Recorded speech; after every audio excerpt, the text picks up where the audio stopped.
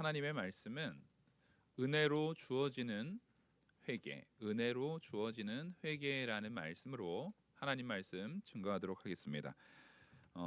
이 회개라는 것을 우리가 온전하게 정의할 필요가 있는데, 왜냐하면 회개를 잘못 정의할 때에는 그 회개가 사람에 의해서 행해지는 일종의 하나의 행위가 되어 버립니다. 그래서 이 회개가 제대로 정의해야 되는 것은, 회개는 일단 기본적으로 죄로 인해서, 우리가 죄로 인해서 진짜 고통스러워야 돼요. 참된 애통이 있어야 됩니다.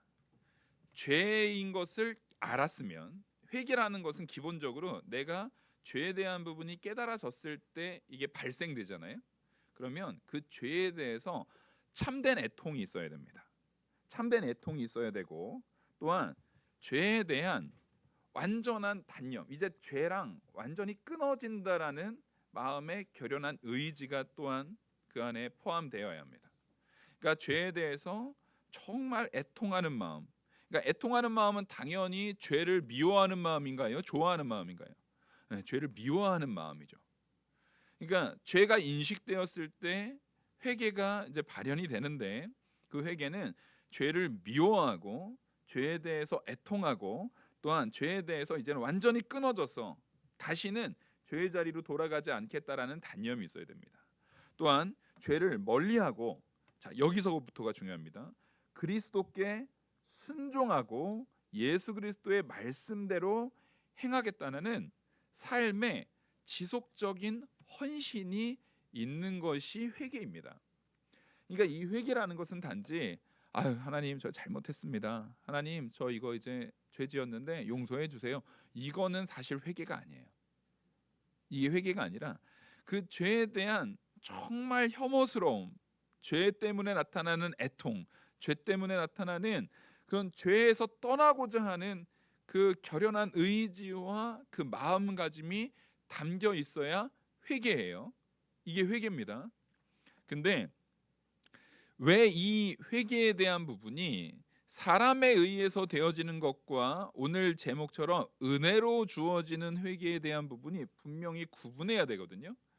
예를 들어서 일반적인, 제가 설교할 때 보면 여러분들이 이제 자꾸 듣다 보면은 딱 캐치하신 분들도 계시겠지만, 용어를 정리할 때 같은 단어인데 세상에서 쓰는 용례와 뜻은 같은 의미일 수 있는데, 용례가 세상에서 사용되던 용례가 교회 안에서 이 성경 안에서 그 단어를 사용할 때의 용례가 다른 경우가 많아요. 회개도 그렇습니다.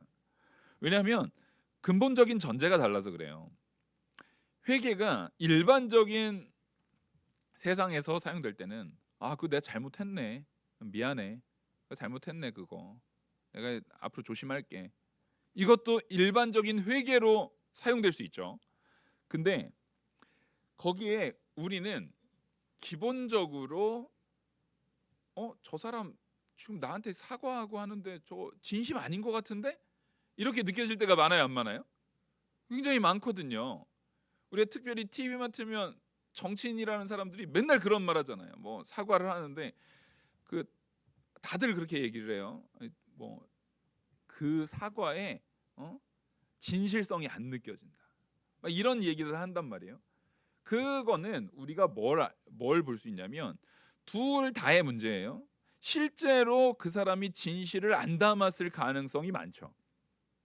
우리가 누군가를 사과를 할 때 정말 그 사람에 대해서 통회함과 애통함과 정말 너무 어찌할 줄 몰라가지고 하는 것은, 솔직히 그 사람의 그 말에서 나타나는 것이 아니라 그 이후에 그 사람의 행동이라든가 그 사람의 이 태도라는 거에서 분명히 드러납니까, 안 드러납니까? 분명히 드러나요. 정말 그 사람이 그랬으면 그 사람의 회개에 대한 부분, 그 사람이 사과하거나 회개한 내용이 반드시 그 다음 삶에 드러나게 돼 있어요. 반드시 드러나게 돼 있어요. 예를 들어서 아들이 밤새 게임을 했어요. 아빠가 그걸 보고 실망을 해가지고, 야 너 어떻게 그럴 수가 있냐, 어떻게 너 밤새 게임할 수가 있냐. 근데 그 애가 아버지 정말 죄송합니다, 막 눈물을 툭툭 흘리면서 막 아버지 제가 정말 죄송합니다, 다시는 안 그럴게요. 정말 죄송합니다. 보기에는 지금 진실성이 느껴져요, 안 느껴져요? 닭똥 같은 눈물이 막 뚝뚝 흘려요. 근데 그날 밤 또 밤새 게임해요. 그럼 뭐예요? 그걸 기만이라고 하죠. 그리고 속인 거예요. 사람은 얼마든지 속일 수 있고 또 얼마든지 거기에 뭐예요? 속아 넘어가요, 우리는. 그래서 우리는 자녀 키우면서 여러 번 속습니다. 속고 또 속아주고 또 속아주고 또 속아주고 또 속아줘요. 알면서도 이제는 속아요. 내 자녀인데 어떻게 해요? 그런데 정말로 이 아이가 아버지, 제가 정말 죄송합니다. 다시는 안 그러겠습니다. 아주 담백하게 말했어요. 담백하게 말했어요. 그래서 아버지가 하도 속았으니까 마음에 이제 의심이 들어야 안 들어요? 저 말로는 저렇게 하는데, 근데 그 뒤로는 정말 게임은커녕 일찍 자고, 일찍 잔 거를 알 수 있는 가장 좋은 증거 중에 하나가 새벽에 번떡 일어나는 거예요. 일찍 자지 않으면 일어날 수 없는 일. 그리고 그게 지속될 수 없잖아요. 갑자기 새벽에 딱 일어나서 막 아버지랑 같이 아침 밥 먹고 막 새벽 예배도 막 나가고 막 이래요. 그러면 얘가 진짜 변했구나. 얘가 진짜 그것이 죄인 줄 알고 그것을 돌이켜서 이제 그 삶을 정말 바꿨구나라는 것을 알 수 있는 거예요. 자, 우리는요, 사람은요, 경험적으로 알지만 하나님께서는 그 회개에 대한 요소를 우리가 진짜 참된 회개를 했는지 안 했는지를 한 번에 알을까요, 모를까요? 하나님은 아시죠. 하나님은 아세요.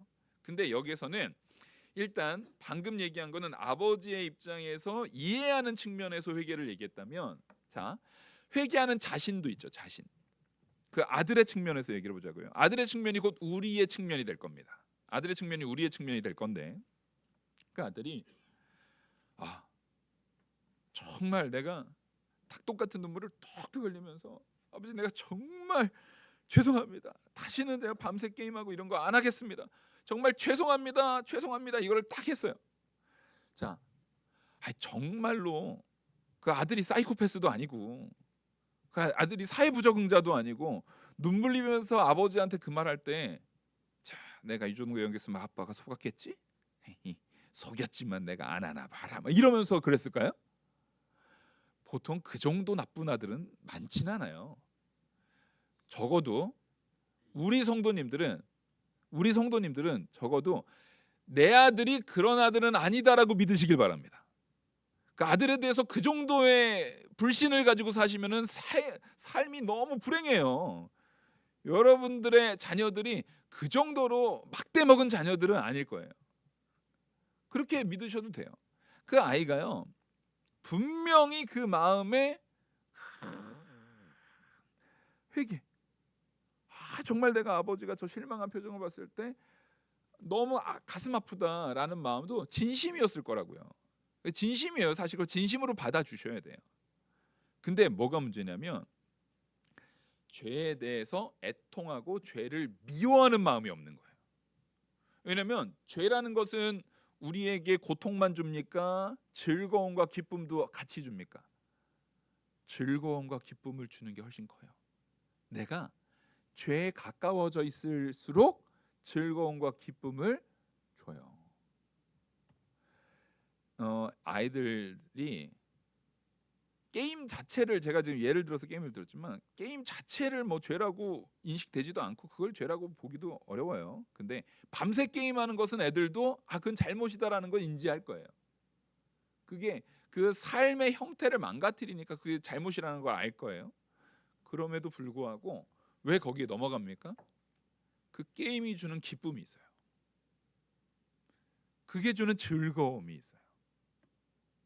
분명히 자기도 이것 때문에 날밤 새고 이것 때문에 밤새는 거는 이거 옳지 않다라는 걸 아는데도 불구하고 그게 주는 기쁨이 있어요.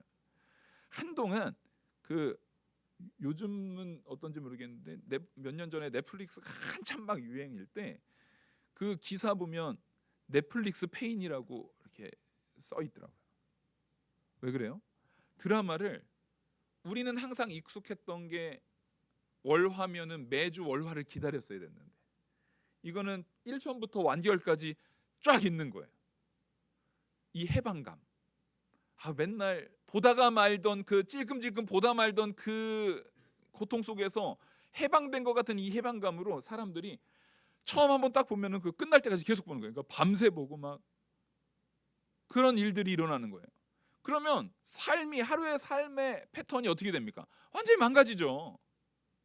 완전히 망가지는 거예요. 그래서 그거를 기사에 나올 정도로 페인, 계속 종일 그것만 하는 거예요. 젊은 애들이 대학생들이나 또 직장인들도 아예 주말 되면은 아무 데도 안 나가고 그것만 하는 거예요. 그러면 사실은 그렇게 한번 패턴이 망가지게 되면은 회복하는 게 쉽지가 않거든요. 근데 우리는 뭐냐면 그걸 이거는 너무 이상적이고 이건 너무 인간적으로 훌륭한 거야, 권장할 만한 거야라고 생각하는 사람이 많을까요? 그런 사람은 없을 거예요. 자기가 하면서도 이게 사실상 사람에게 좋은 게 아니다라는 것은 안 가르쳐줘도 누구나 알아요. 아는데 뭘 못 끊는 겁니까? 그게 주는 즐거움, 그게 주는 기쁨을 내가 딱 끊어내지를 못하는 거예요. 왜 그렇습니까? 참된 회개가 일어나지 않은 겁니다. 그것이 주는 기쁨보다 그 죄로 인해서 나타나는 이 문제에 대한 애통함이 있어야 되거든요. 근데 제가 아까 세상의 것과 하나님 앞에서의 것을 구분했던 이유는 뭐냐면 세상의 죄는요 언제나 상대적이에요. 세상의 죄는 언제나 상대적인 거예요. 뭐냐면 저 사람한테는 기분 나쁠 수 있지만 난 그게 나한테는 진짜 행복인데? 예를 들어서 내 아들이 그 밤새 게임하는 모습을 보고 있을 때 아빠의 마음가짐은 저거 진짜 고통스러워, 왜 제가 저렇게 살까, 저거 안 되는 건데 라고 생각할 수 있지만 아예 그 게임이라는 것에 완전히 젖어 있는, 혹은 그 드라마라는 것에 완전히 젖어 있는 아이의 입장에서는 뭐 내가 밤새 보고 낮에 자면 되지 라고 생각할 수 있어요, 없어요? 그 아이는 그렇게 생각할 수 있다니까요. 근데 문제는 그것이 바로 무슨 결과입니까? 죄에 완전히 젖어버린 거예요. 더 이상은 그 아이는 죄를 죄라고 인식하지 못해요. 죄로 여겨지지가 않아요. 그게 이게 무슨 죄야, 내 즐거움인데.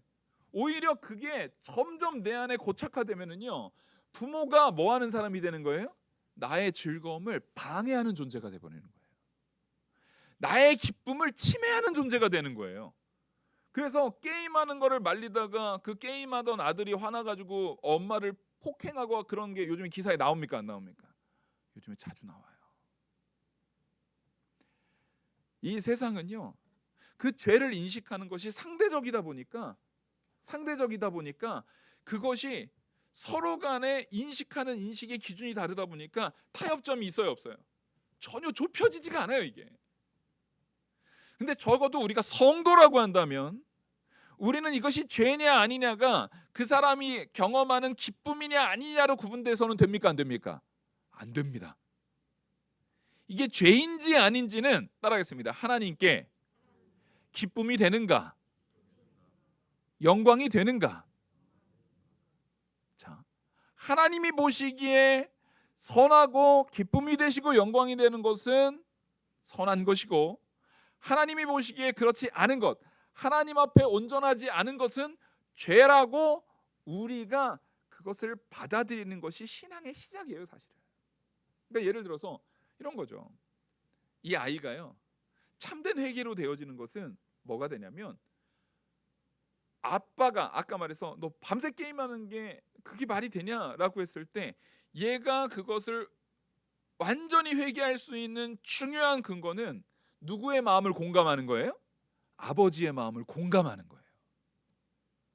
아버지의 마음이 받아들여지고 이해되고 그게 공감될 때 그래, 아버지 말이 맞지. 분명히 내 인생이 이것 때문에 피폐해질 건데 아버지가 그걸 보면서 얼마나 슬퍼했을 텐데. 그러면서 이제 이것이 죄이냐 아니냐의 인식을, 그전에는 내가 기쁘면 죄가 아니고 내가 괴로우면 죄라고 인식했던 걸 이제는 게임이 내가 기쁘고, 여전히 게임은 재밌을 거예요. 여전히 게임은 즐거울 거예요. 드라마를 보는 건 여전히 즐겁고 기쁠 건데도 불구하고 이 인식에 대한 부분을 누구와 공감하는 거예요? 아버지의 인식이 내 안에 들어오는 거예요. 아버지의 이 인식이 내 안에 들어올 때, 그래, 이것을 통해서 분명히 아버지도 괴로워하고 또 아버지가 걱정하는 것이 내 인생이 망가질까 봐 하는데, 이건 분명히 내 인생이 망가질 수 있는 요소인데 라고 하면서 이거를 죄로 인식하는 기준이 누구와 같아질 때? 아버지와 같아질 때, 비로소 이 아들은 그 게임이나 그 드라마나 그 죄에 대한 부분, 그 지금 예를 들어서 그런 거니까 그 죄에 대한 부분에 있어서, 그래, 이게 지나치게 밤새 하는 것으로 내가 가서는 안 된다, 이럴 수는 없다 라고 되는 거죠. 그러니까 여기서 중요한 건 뭐냐면, 둘의 생각이 어떻게 되는 겁니까? 하나로 맞춰져야 되는 거예요. 그럼 우리에게로 이걸 가져오셔야 됩니다. 세상은 죄를 인식하는 기준이 상대적이잖아요. 상대적이에요. 그러다 보니까 이제 좀 있으면 총선인데, 제가 분명히 말씀드리지만 세상 말 그대로 우리는 국민으로서 총선에 잘 참여하셔야 돼요. 참여하셔야 돼요. 유권을 반드시 행사하셔야 돼요. 근데 그런 총선이라든가 그런 유권에 대한 부분에 각자의 여러분들이 생각이 있으실 거예요. 어떤 사람은 뭐 보수적인 것을 지지하고, 어떤 사람은 진보적인 것을 지지하고, 어떤 사람은 어느 사람을 지지하고 어느 정당을 지지하고 할 수 있어요. 근데 그게 성도 간에 서로 타협하지 못하는 근거가 되셔서는 안 돼요, 여러분. 이게 정말 성도로서 전혀 정신이 바로 되지 못한 거예요. 이거를 구분하라는 것이 아니라, 내가 무언가를 지지하고 유권 행사를 할 때에 기준을 가져야죠. 근데 그 기준을, 어떤 기준을 가지셔야 돼요? 이게 성경에 옳은가? 이게 성경에 맞는가? 이 기준을 갖지 않으면은요, 똑같은 사안인데 양쪽에서 누구는 죄다 아니다, 똑같은 사안인데 서로 다른 얘기를 합니까, 안 합니까? 서로 다른 얘기를 한다니까요. 세상의 기준은요, 아까 말씀드렸듯이 죄를 인식하는 기준이 어때요? 상대적이에요. 예를 들어서 제가 이 실제 있었던 일이에요. 청년들한테 이제 청년 사역을 할 때 청년들한테 설교를 하는데, 이제 예레미야를 설교를 하다가 동성애는 죄입니다. 동성애는 죄입니다. 성경이 죄로 말하고 있고 하나님께서는 그것을 땅이 토해내는 죄라고 말하고 있습니다. 그래서 동성애가 죄인 것에 대한 부분을 설교를 했어요. 그랬더니 바로 그거에 대한 공격이 들어왔어요. 목사님은 왜 설교 시간에 정치적 색깔을 드러내시냐는 거예요, 저한테. 무슨 소린가? 동성애를 죄라고 한 거는 목사님이 지금 보수 성향을 드러내신 거래요. 동성애가 죄라고 말하는 게 보수 성향을 드러낸 건가요? 저는 무슨 소리인지 못 알아들었어요. 아니, 성경을 설교한 거다? 아니래요. 그 어느 정당의, 자, 착각하시면 안 됩니다. 동성애가 죄라는 것은 어느 정당이 말하는 게 아니에요. 뭐가 말하는 거예요? 성경에서 죄라고 말하니까 죄인 거예요.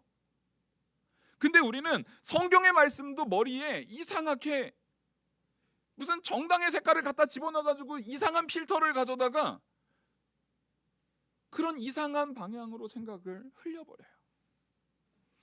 여러분, 우린 정신 차려야 됩니다. 오히려 이 세상의 삶에 선택할 수 있는 기준들이 무엇의 기준을 통과해서 나가야 됩니까? 성경이라는 기준을 통과해서 나가야 돼요. 그러니까 그 청년이 이제 막 공격하기 시작하더라고요. 좀 한번 이게 딱 뭐 오래 나온 청년도 아니었어요. 근데 딱 하는데 한 번은 그런 일이 있었어요. 어떤 이제 자매가 옷을 딱 예쁘게 차려 입었길래 딱 봐도 이거 예배 끝나고 어디 뭐 결혼식을 가나 보다, 바로 알 수 있는, 이게 일반 패션이 아니라 하객 패션인 게 분명한, 모습이 있길래 오늘 아주 예쁘게 잘 꾸며냈더니 뭐 결혼식이 있어서요, 막 이렇게 딱 했어요. 그랬더니 그거를 이렇게 딱 이제 안 좋게 했던 그 어떤 그 자매였거든요. 자매가 왜 목사님 사람 얼굴 평가를 하냐고. 왜 외모를 가지고 평가를 하냐고. 이거 성차별이라고 하면서 막 그러더라고요. 그래서 에? 이게 뭐냐면 인식을 하는 것이 저 사람은 이제 저런 사람이야 라고 하나 딱 고정적인 사고방식을 딱 가지고 나면은 그냥 우리 청년들한테 오늘 너무 예쁘게 잘 어디 가나 보네요 이렇게 얘기한 것도 뭐가 되는 거예요? 사람을 얼굴로 평가하는 차별적인 요소를 가지고 말한 거다라고 지적을 하더라고요. 그래서 그렇지 않다, 그런 거 아니었다, 그런 거 아니었다라고 말해도 받아들여집니까? 안 받아들여집니까? 안 받아들여져요. 안 받아들여져요. 자, 여기에서 뭐냐면 그 사람이 가지고 있는 상대적인 가치관과 제가 가지고 있는 가치관이 전혀 타협점이 없기 때문에 대화가 됩니까? 안 됩니까? 대화 자체가 안 돼요. 그러면 우리가 각각의 가치관을 가지고 그대로 교회 안에 오잖아요. 그럼 서로 간에 대화가 될까요? 안 될까요? 대화가 안 됩니다. 당연히 교회 안에서 이루어져야 되는 화목이 될까요? 안 될까요? 화목이 안 됩니다. 당연히 교회 안에서 이루어야 되는 우리 1년의 표 무슨 교제죠? 믿음의 교제. 당연히 교제가 되겠습니까? 안 되겠습니까? 안 됩니다. 마찬가지로 이걸 그대로 가지고 가정으로 들어가면 가정 안에서도 아버지와 아들이 대화가 됩니까? 안 됩니까? 안 됩니다. 부부 간에도 대화가 안 될 수 있고 형제 간에도 대화가 안 될 수 있어요. 우리는 그래서 적어도 가정 안에서는, 교회 안에서는 신앙이라는 가치관 안으로, 적어도 내가 성도라고 한다면 신앙이라는 가치관 안에서 무언가를 바라볼 수 있는 실력이 있어야 돼요. 이건 실력이에요. 적어도 무언가를 바라볼 때에 그 실력을 갖출 수 있어야 돼요. 그래서 이 회개라는 것을 인식할 때도 절대로 회개라는 것이 이 세상에서 말하는 것처럼 그 죄관이라는 것에 있어서 나에게는 죄지만 너에게는 죄가 아니거나 너에게는 죄지만 나에게는 죄가 아닌 그런 상대적인 가치로 보는 것이 아니라, 죄는 적어도 성경에서 말하는 회개라는 것은, 죄는 죄의 정의를 내릴 때 누가 기준인 거예요? 하나님의 말씀이 기준인 거예요. 하나님이 죄라고 하는 것은 죄인 줄 아셔야 됩니다. 하나님이 죄라고 하는 것이 죄인 줄 인식하는 거예요. 여러분, 이게 회개를 얘기할 때 회개는 아직 나가지도 않고 죄에 대한 정의부터 이렇게 하는 이유가 뭐냐면요, 죄에 대한 정의가 온전히 되지 않으면요 우리가 말하는 회개는 그냥 가짜 회개예요. 사실 전혀 회개가 아닌 거예요. 그냥 아까 말했던 것처럼 부모님한테는 그렇게 말하지만 나는 아직 이게 좋은데? 그러면 그때부터는 그게 회개가 아니라 들키지 않게 하는 거죠. 들키지 않게 하기 시작하는 거예요. 저 사람은 내가 이렇게 하는 걸 불편하는구나, 하나님은 내가 이렇게 하는 걸 불편하는구나, 그럼 내가 들키지 않게 하면 되지. 하지만 하나님께 들키지 않고 할 수 있는 요소는 없다는 게 문제죠. 하나님은 그 중심을 아시고, 그래서 하나님께서는요 우리한테 회개를 요구하실 때 잘 보셔야 돼요. 분명히 하나님은 이 사람이 참된 회개를 했는지 안 했는지를 바로 통찰적으로 아실 수 있는 분임에도 불구하고 그 회개에 대한 내용이에요, 이상한 걸 하나님 편에서는 굳이 번거롭게 늘 필요가 없는 거를 요구하시거든요. 그게 뭐냐면 따라했습니다. 지속성. 자, 하나님은 그 사람의 중심을 보기 때문에 이 사람이 참된 택한 백성인이 아닌지, 택한 것도 누가 택해요? 하나님이 택했잖아요. 하나님이 이 사람을 변화시키기로 작정하셨으면 그 사람 반드시 변화됩니까? 안 됩니까? 변화되잖아요. 근데도 불구하고 하나님은 그 사람의 지속성을 보신다고요. 뭐 알아요? 하나님이 그걸 볼 필요가 뭐가 있어요? 하나님은 아시는데. 이 얘기는 하나님은 나 알아, 나 너 어떻게 했는지 나 다 알아, 내가 다 관찰했어, 나 다 통찰하고 있어, 내가 너에 대해서 모든 걸 다 깨달았어, 나 대단하지, 이런 하나님이 아니라는 거예요. 하나님은 그 회개를 통해서 하나님이 유익이 있어요? 우리가 회개를 열심히 하면 하나님이 더 이득이 있나요? 우리가 뭘 하든 하나님에게 더 큰 영광이라든가 더 큰 이득이 되는 건 하나도 없습니다, 여러분. 하나도 없어요. 하나님이 우리를 바라보는 회개라 할지라도, 다른 모든 것도 마찬가지지만 회개의 영역, 오늘은 회개의 영역을 본다 할지라도 하나님께서 우리에게 회개에 대한 부분이 이루어지는 것이, 하나님께서 우리에게 회개를 요구하는 것이 우리의 이익이에요. 우리가 좋은 거예요. 근데 우리는 아까 말했듯이 연약해서 그 아이가 정말 닭똥 같은 눈물을 뚝뚝 흘릴 때는 진심이었지만 뭘 이기지 못하고 그게 주는 기쁨, 즐거움을 이기지 못하고 다시 그 죄에 빠지는 일들이, 이거 막 태어나서 처음 들어봤어요. 어떻게 그런 사람이 있을 수 있어? 이러세요? 우리 자주 있는 일이잖아요. 분명히 잘못했다는 걸 알면서도, 예를 들어서 이런 겁니다. 누구 시기 질투하고 다투고 누구에 대해서 막 험담하고 이런 거, 잘못됐다는 거 모르고 하시는 분 계세요 혹시? 목사님 그게 잘못이에요? 처음 알았네? 막 이런 분 계세요? 그러면 혹시 여러분들 막 어린이집 가면은 시기 질투하는 법 이런 거 배우셨어요? 이게 뭐 그런 거 알려주나요?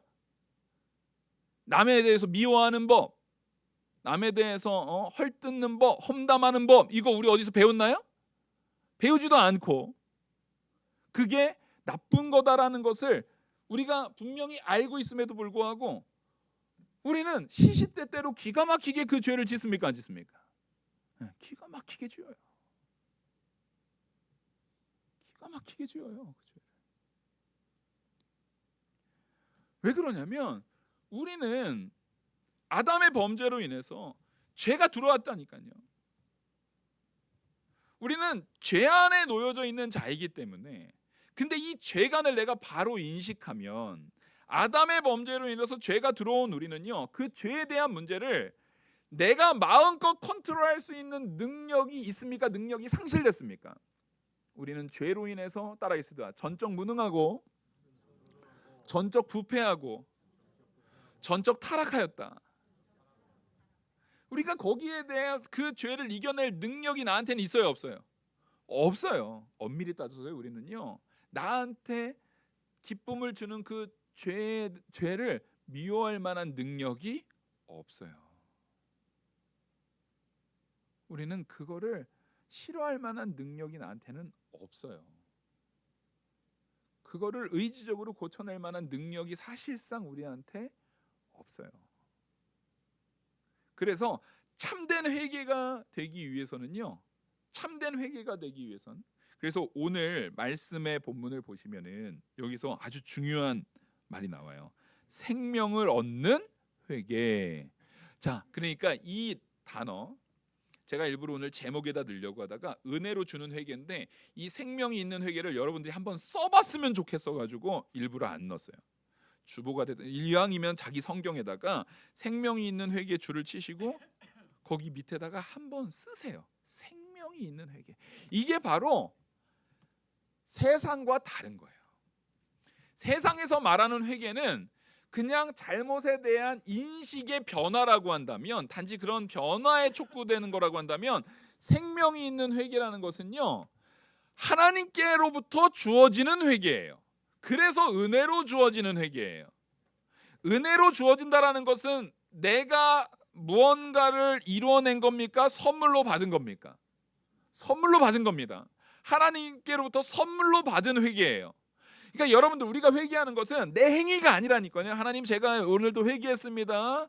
제가 오늘도 회개 몇 번 했습니다. 이게 아니에요. 회개는 사실상 내가 하는 게 아니라 누구로부터 부여받아야 되는 거예요? 하나님께로부터 주어져야 되는 거예요. 그래서 오늘 본문에서도 생명 얻는 회개를 주셨도다. 누구한테요? 이게 지금 이 맥락이, 오늘 본문의 맥락이 베드로가 고넬료를 만나서 고넬료와 같이 하고 고넬료 세례도 주고 고넬료 가정에 세례도 주고 했던 거를 이제 유대인들이 당시에는 이방인하고 같이 교제하고 밥 먹으면은 죄라고 인식을 했거든요. 그래서 그걸 가지고 신문하는 거예요. 그 교회에서, 공회에서. 어떻게 된 거냐 했더니 사도 바울이 하나님께서 이런 환상을 주셨고 하나님께서 이렇게 이끄셔서 내가 그렇게 했다라고 말했더니, 그 모든 제자들, 나머지 모든 제자들이 비판하는 것이 아니라 베드로에게 역사하셨던 하나님이 당연히 그 제자들에게도 같이 역사했습니까? 안 했습니까? 같이 했거든요. 그러니까 지금 베드로나 나머지 그 사실을 몰랐던 지금 말하고 있었던 제자들이나 인식이 똑같이 누구에게로부터 똑같이 받아들여진 거예요? 하나님께로부터 똑같이 주어진 거예요. 그러니까 기준이 하나님으로 통일된 거예요. 통일되니까 그거 죄가 아니네. 그거 하나님이 주신 게 맞네. 이거 하나님이 주신 역사네 하면서 16절부터 제가 한번 읽어보면은 내가 주의 말씀에 요한은 물로 세례를 베풀었으나 너희는 성령으로 세례를 받으리라 하신 것이 생각났노라. 내가 그게 하나님이 주신 말씀이 생각나서 세례를 베풀었다. 그러니까 지금 이게 베드로 자신의 행위로 한 것이 아니라 누구의 은혜로 한 거다? 하나님의 지혜로 한 거다라고 말한 거예요. 그렇게 말하면서 17절 그런즉 하나님이 우리가 주 예수 그리스도를 믿을 때에 주신 것과 같은 선물을 그들에게도 주셨으니 내가 누구이기에 하나님을 능히 맡겠느냐 하더라. 자, 그러니까 우리도 하나님이 그걸 주시지 않았느냐. 우리가 죄인 되었을 때 하나님의 은혜로 믿음을 주실 때에 믿음 줄 때에 무슨 운동이 일어나요? 회개 운동이 일어나죠. 하나님이 믿음을 주실 때에 무슨 운동이 일어난다고요? 회개 운동이 일어나잖아요. 미국의 그 조나단 에드워즈에서 필두되었던 대각성 부흥 운동도 있었고 한국에서도 평양대 부흥 운동이 있었고 이런 것처럼 믿음이 하나님의 성령의 은혜로 믿음이 온전하게 임할 때요 회개 운동이 일어나거든요. 그러니까 믿음과 회개는 떼고 설명하는 거예요? 같이 있는 거예요? 같이 있는 거예요. 이게 절대 뗄래야 뗄 수가 없어요. 여러분들이 믿음이 있다라는 것은 예수 그리스도가 우리와 연합됐다는 얘기잖아요. 예수 그리스도께서 우리와 연합됐다라는 것은 우리가 이제는 더 이상 죄의 노예가 아니라 생명으로 옮겨졌다는 얘기예요. 생명으로 옮겨진 우리 안에는 누가 계십니까? 성령 하나님이 계십니다. 성령 하나님이 우리 안에 있을 때는 이게 지금 다 논리적으로 원래 하나의 사건인데 제가 논리적으로 나열하는 거예요. 하나의 사건이에요. 예수 그리스도와 연합된 우리에게는 성령이 계시는데 성령이 우리 안에 있으면 반드시 우리의 심령을 뭐예요? 조명하신다고 그러죠. 비춰주신단 말이에요. 그 조명이 비춰질 때 우리 안에 죄악성이 분명히 드러납니까? 안 드러납니까? 깜깜해서 안 보였던 게 드러난단 말이에요. 그러면 그 죄가 드러나면 죄의 혐오스러움이 드러날 때 우리는 그 죄의 혐오스러움을 목도할 때 죄를 뭐 할 수밖에 없어요? 미워할 수밖에 없어요. 싫어할 수밖에 없어요. 그럼 그 죄의 싫어함이 드러날 때 나를 이끄신 하나님 앞에 이 죄를 미워하는 마음 가운데 이 죄를 의지적으로 하나님 이걸 제거하고 싶습니다라는 회개의 역사가 나타날 수밖에 없어요. 여기까지 일어나는 게 하나의 사건이에요. 믿음에서부터 회개에 대한 부분은요. 그러니까 하나의 사건입니다. 그래서 우리가 이제 좀 청교도 작품을 되게 좋아하신 분들이라거나 16, 17세기에 이제 아니면은 미국의 이제 18세기 후반부터 19세기에 일어났던 미국의 청교도 운동을 우리 성도님들 중에 또 좋아하셔가지고 그 책들을 많이 보신 분들은 보면은 회심이라는 단어가 나와요. 그래서 가끔 물어보시더라고요. 목사님, 회개는 뭐고 회심은 뭐예요? 네, 회심이라는 단어는요, 믿음과 회개를 합쳐서 회심이라고 하는 거예요. 오히려 회심이라는 단어는 더 명확하게 절대 회개가 믿음을 떠나서 독립적으로 일어날 수 있는 것이 아니다라는 의미에서 믿음과 회개를 하나로 합쳐놓은 단어로서 회심이라는 단어를 쓰는 거예요. 그러니까 사실상 우리에게 일어나는 것은 회심의 사건이거든요. 근데 이 회심이라는 부분을 우리가 잘 봐야 되는 게 지금 오늘 이 주보에 2번을 한번 보겠습니다. 2번을 보시면 같이 한번 읽겠습니다. 시작. 회개는 믿음과 함께 전파되어야 한다. 예, 그래서 청교도들은요 회심이라는 단어를 썼던 거예요. 회개와 믿음을 절대 뭐 하지 않고요? 구분하지 않고. 근데 우리가 회개라는 단어를 쓴다고 해도 그럼 회개라는 단어는 잘못된다는 거예요? 아니에요. 우리는 회개를 할 때 회개라는 단어를 쓸 때도 뭐에 근거한 회개인 걸 알아야 되는 거예요? 믿음에 근거한 회개인 걸 알아야 돼요. 그래서 이게 그 단어에 세례를 베푼다라는 느낌을 가지시면 돼요. 그래서 제가 1년표도 무슨 교재예요? 믿음의 교재예요. 그냥 교재, 세상에서도 교재라는 단어 씁니까? 안 씁니까? 쓰죠.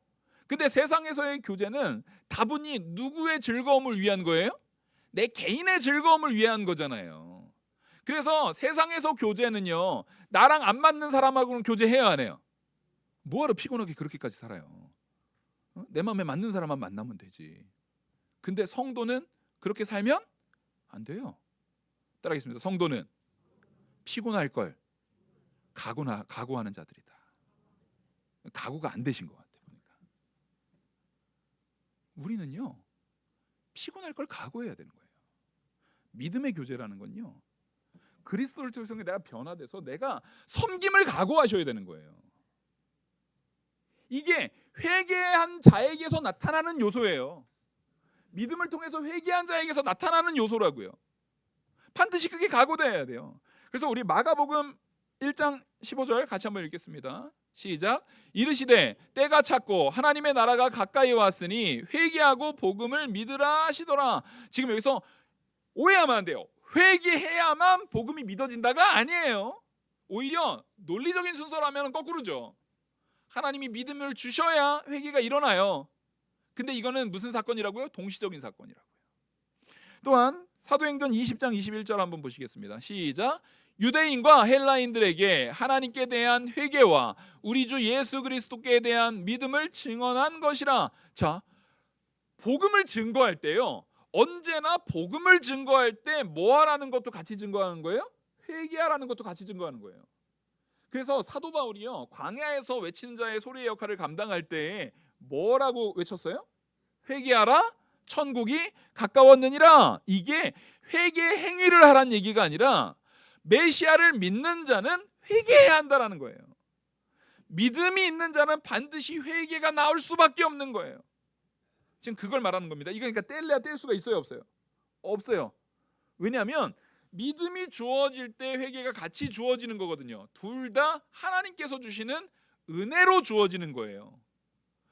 회개에 대한 이해를 오늘 꼭 가져가시기 바랍니다. 이거는 내가 뭔가를 해서 얻는 게 아니라 주어지는 겁니다. 하나님께로부터 주어지는 거예요. 그러니까 우리가 회개기도 열심히 내가 뭐 40일 금식 기도하면서 하나님 앞에 회개기도 했잖아. 자랑할 게 있어요, 없어요? 그거 자랑할 게 없는 거예요. 자랑할 게 없는 거예요.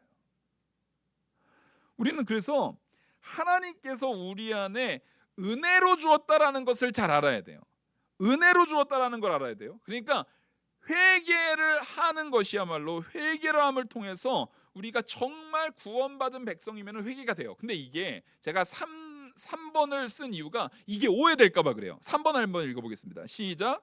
회개는 그리스도 안에 있는 하나님의 값없는 은혜지만 죄 용서의 원인이 되어서는 안 된다. 여러분, 지금 이게요, 웨스트민스터 신앙고백서에서 가져온 문구를 제가 지금 다 편집을 하고 조율을 하고 그래서 간략하게 요약을 해서 적어놓는 거예요. 그러니까 제가 하고 싶은 말 하는 거 아니에요. 신앙고백서에서 있는 것들, 그러니까 공식적 문서에 있는 부분들을 제가 하는 건데, 여기서 뭐가 중요하냐면 우리가 그냥 은혜로 받은 거다, 회개도 은혜로 받은 거고 믿음도 은혜로 받은 거다라고 해서 회개와 믿음을 분리시켜 버리게 되면은 그럼 내가 열심히 회개하면 열심히 내가 회개해서 죄 용서를 받는 거네라고 생각하면 된다고요, 안 된다고요? 안 돼요. 우리의 회개가 죄 용서의 근거가 되지 않아요. 그래서 회개를 행위로서, 행위의 일환으로서 회개를 사용하면 안 돼요. 죄 용서의 원인은요, 반드시 예수 그리스도를 믿는 믿음입니다. 아시겠죠? 그래서 믿음으로 죄 용서 받은 자가 회개가 나오는 거예요. 그래서 회심이라는 사건 자체는요, 중생과 같이 처음 한 번 일어납니다. 성령을 받을 때 의지적으로 죄가 미워지는 마음. 근데 그 이후에는 그 죄에 대해서 자꾸만 유혹을 또 받잖아요. 우리가 분명히 회심을 한 사람이라 할지라도, 중생한 사람이라 할지라도, 내가 예수가 믿어진데도 불구하고 때에 따라서 우리가 죄를 지어야 안 지어요? 죄를 짓잖아요. 그러니까 회심의 사건은 단회적으로 한 번 탁 우리에게 하나님께서 은혜로 주어져요. 그럼 이거 더 이상은 누가 뺏어갈 수 있어요, 없어요? 없어요. 분명히 하나님께서 우리에게 은혜로 주셨어요. 그래서 이 은혜로 줬다라는 것은, 따라하겠습니다, 인격적 변화다. 여러분, 이게 되게 중요합니다. 인격적 변화라는 것은 들어왔다 나갔다가 있었다 없었다가 될 수 있는 거예요? 인격적 변화라는 것은 우리가 인격이 없어지면 사람이에요, 아니에요? 인격은 지식, 감정, 의지거든요. 지정의를 인격이라고 합니다. 그러니까 내가 지적으로 죄에 대한 인식을 하고 죄가 이게 죄구나라는 것을 예수님을 믿음으로 인식이 됐어요. 감정적으로 죄를 미워하고 애통하는 마음이 있어요. 그리고 의지적으로 죄를 끊어내려는 의지가 있어서 하나님 앞에 항상 이 죄를 끊어내게 도와주시옵소서라고 기도를 해요. 자, 이게 인격적인 변화가 일어난 거예요. 이 인격적 변화는 내가 누구와 연합됐을 때만 일어나는 변화입니까? 예수 그리스도와 연합됐을 때 일어난 변화예요. 그래서 우리는 이제는 옛 사람이 아니에요. 이제는 중생한 거듭난 사람으로서 예수 그리스도와 연합됨으로 새 사람이 된 거예요. 새로운 인격적인 존재가 된 거예요. 좀 어렵죠. 근데 여러분, 회개라는 게 그렇게 간단한 게 아니에요. 진짜 회개가 일어나려면은요, 우리에게 인격적 변화가 일어나야 돼요. 그래서 제가 아까 말했던 세상에서 말하는 회개와 성경이 말하고 있는 회개를 분명히 구분해서 확인할 수 있어야 된다는 거예요. 예수 그리스도께서 우리 안에 들어오셨기 때문에 우리는 인격적 변화가 일어났고, 그렇게 인격적인 변화가 일어난 자에게는 반드시 회개가 나오는데, 내가 회개 안 할 때는 그럼 인격이 사라져요? 내가 여전히 또 죄를 지었어요. 죄를 지었을 때 인격이 사라져요? 아니에요. 그 인격은 성령께서 우리를 떠나지 않듯이 나의 인격적인 변화는 하나님께로부터 주어진 변화이기 때문에 여전히 우리의 죄 용서는 유효해요. 누구의 은혜로요? 하나님의 은혜로. 그래서 하나님께서는 아까 말씀드렸죠. 하나님은 우리가 회개를 했는지 안 했는지에 대한 부분을 딱 보면 알아요, 몰라요? 하나님은 아신다니까요. 그래서 얘가 어떻게 똑바로 하나하나를 굳이 관찰할 필요가 있어요, 없어요? 오랜 시간을 두고 관찰할 필요가 하나님은 없으세요. 그런데도 불구하고 우리에게 그 오랜 지속적인 회개를 성경에서는 계속 요구합니까, 안 합니까? 계속 요구하거든요. 죄에 대한 회개를 요구해요. 그 이유는 바로 이것 때문이에요. 우리가 인격적인 변화가 있었음에도 불구하고 여전히 죄악 가운데, 우리를 죄의 용서의 근거는 믿음으로써 주어졌지만 여전히 우리 안에 있는 그 죄의 요소 때문에 하나님께서는 연약한 우리를 위해서 지속적인 회개라는 은혜를 주신 거예요. 지속적인 회개가 없었을 때 무슨 일들이 일어나냐면, 다음 주에 우리가 볼 건데, 이 하나의 예를 들면은요, 지속적인 회개가 우리에게 주어지지 않잖아요. 그러면 옛날에 그 조나단 에드워드 당시에 부흥 대각성 운동 때 있었던 실제 사건이에요. 어떤 사람이 죄를 확 인식했어요. 그러니까 난 너무 더러운 죄인인 거예요. 난 너무나 도저히 쓸모없는 자인 것이 확 인식했어요. 이거 좋아 보여요, 안 좋아 보여요? 좋은 거죠. 참된 회개의 자리에 갈 수 있는 거잖아요. 근데 그래서 자살을 해버린 사람들이 너무 많이 나왔어요. 이거는 사실은 죄를 인식할 뿐이지 그 죄를 이기시는 하나님의 긍휼하심, 하나님의 보호하심을 받아들인 거예요, 못 받아들인 거예요? 거기까지 못 나간 거예요. 그래서 하나님은 성경에서 우리가 그거를 안 걸로 좌절하지 말라는 거예요. 너희 안에서 죄가 자꾸만 분명히 내가 회개한 다음에도 또 드러날 거라는 거예요. 너희는 그렇게 연약한 존재라는 거예요. 그럼에도 불구하고 따라하겠습니다. 하나님은 우리를 절대로 포기하시지 않는다. 그래서 여러분, 내가 죄를 지었어도 회개할 수 있는 기회가 언제나 우리에게 주어진 택한 백성에게 회개할 수 있는 기회가 언제든지 주어졌다라는 것을 깊이 마음에 새기시길 바랍니다. 이게 너무나 중요해요. 우리는 이걸 분명히 인식하고 가야 돼요. 그래서 4번 한번 같이 읽겠습니다. 시작. 하지만 회개 없이는 누구도 사죄를 기대할 수 없고 모든 죄인에게 꼭 필요하다. 이렇게 하니까 그 회개는 필요 없고 믿으면 되네, 회개는 굳이 안 해도 되네라고 또 그런 식으로 잘못 나가는 사람들이 있어요, 없어요? 구원파들이 그러죠. 그 회개할 필요 없네, 어차피 다 용서받은 건데 우리는 회개할 필요 없어, 우린 다 용서받은 거야. 그렇게 나가면 안 된다라는 게 아까 말했듯이 믿음과 회개는 뗀다고요, 붙어있는 거라고요? 붙어있는 거예요. 이거는 인격적인 변화로서 주어진 거예요.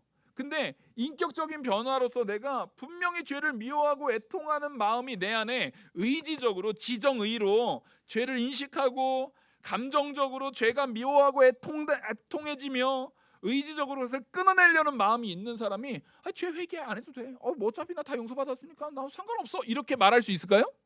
그건 인격 분열이죠. 그거는 정신 분열이에요. 그건 그럴 수가 없어요. 그래서 이거는 뗄 수 있는 요소가 아니에요. 사도행전 17장 30절에서 31절 우리 같이 한번 읽겠습니다.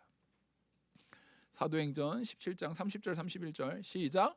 알지 못하던 시대에는 하나님이 간과하셨거니와 이제는 어디든지 사람에게 다 명하사 회개하라 하셨으니 이는 정하신 사람으로 하여금 천하를 공의로 심판할 날을 작정하시고 이에 그를 죽은 자 가운데서 다시 살리신 것으로 모든 사람에게 믿을 만한 증거를 주셨음이니라 하니라. 여러분 이거 잘 보셔야 돼요. 오히려 이걸 잘 이해하려면 31절과 30절을 거꾸로 보시면 돼요. 우리에게 믿을 만한 증거로 예수 그리스도, 죽은 자 가운데서 부활하신 예수 그리스도를 주셨기 때문에 우리는 뭐 하는 사람이 된다고요? 회개하는 사람이 된다는 거예요. 오늘 사실 정말 이 회개라는 걸 얘기할 때 사실은 조직신학적으로 지금 인죄론과 인죄론의 근거 안에서 죄에 대한 인식과 회개, 오늘 두 가지 신학적 주제를 같이 나눈 거예요. 그래서 시간도 좀 길고 쉽지 않았어요. 하지만 오늘 이 들은 말씀을 여러분 마음에 반드시 새겨야 참된 성도입니다. 그래서 우리가 언제나 하나님의 은혜로 믿음과 회개가 그 회심이라는 놀라운 은혜로 주어졌는데, 이것은 사람이 회심의 때를 다 압니까 모릅니까? 몰라요. 어떤 사람은 아는 사람도 있어요. 사도 바울과 같이 다메섹 도상에서 딱 하니 나타난 경우도 실제 있어요. 저도 그런 분들 제 주변에도 몇 있어요. 근데 저처럼 그냥 모태신앙으로 뭘 잘 못해가지고 그냥 살다 보니까, 모태신앙으로 자라나다 보니까 언제 회심했지? 모르겠어요. 언제인지 몰라요. 대부분 모태신앙은 잘 몰라요.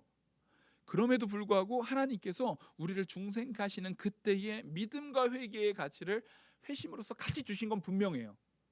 그 증거가 뭔지 아세요? 지금 여러분들이 죄를 지면 회개하고 계십니까? 안 하고 계십니까? 회개하고 계시죠? 예, 그게 증거예요. 오히려 우리가 지금 회개하고 있잖아요. 죄를 인식하고 내가 회개를 하잖아요. 그게 내가 성도다라는 놀라운 증거예요.